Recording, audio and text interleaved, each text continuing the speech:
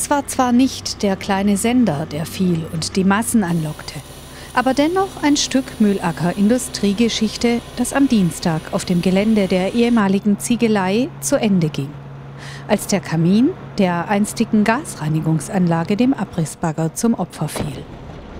Ich habe jetzt recht wenig eingeschnitten, damit Sie die Möglichkeit haben, für das zu filmen, weil normal geht es unwahrscheinlich schnell. Sekundensache liegt der Kamin. Und zwar der Schnitt wird von hinten immer Richtung Fallrichtung gebrannt. Und je mehr ich einschneide, umso leichter kann ich das Objekt bewegen oder umfallen lassen. Geplante Fallrichtung des rund 35 Meter hohen Kamins?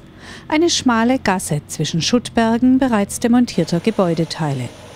Damit durch den Fall des Kamins nicht zu viel Staub aufgewirbelt wird, kam der Großlüfter der Freiwilligen Feuerwehr Mühlacker als Befeuchter zum Einsatz.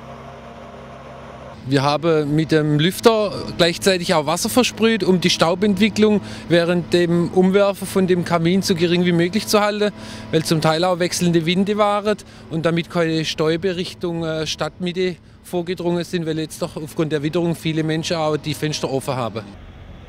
Was vom gefallenen Kamin übrig bleibt, wird getrennt nach Alu, Stahl und Mineralwolle recycelt bzw. entsorgt. Die Esslinger Abrissfirma ist seit Anfang April auf dem Ziegeleiareal tätig. Das Areal wäre schon lange beendet, nur die Denkmalschützer haben hier Interessen angemeldet. Und unser Auftraggeber ist da wohl sehr zugänglich und die sind am Verhandeln, ob sie einen Investor oder irgendwas finden für den Teil. Ich muss mich mal umdrehen. Für den Teil da drüben eventuell zu erhalten. Es ist ja doch ein Stück Mühlacker-Geschichte hier, was weggemacht wird. Ein Stück Mühlacker-Geschichte, von dem am Dienstag ein weiterer Teil dem Abrissbagger zum Opfer fiel.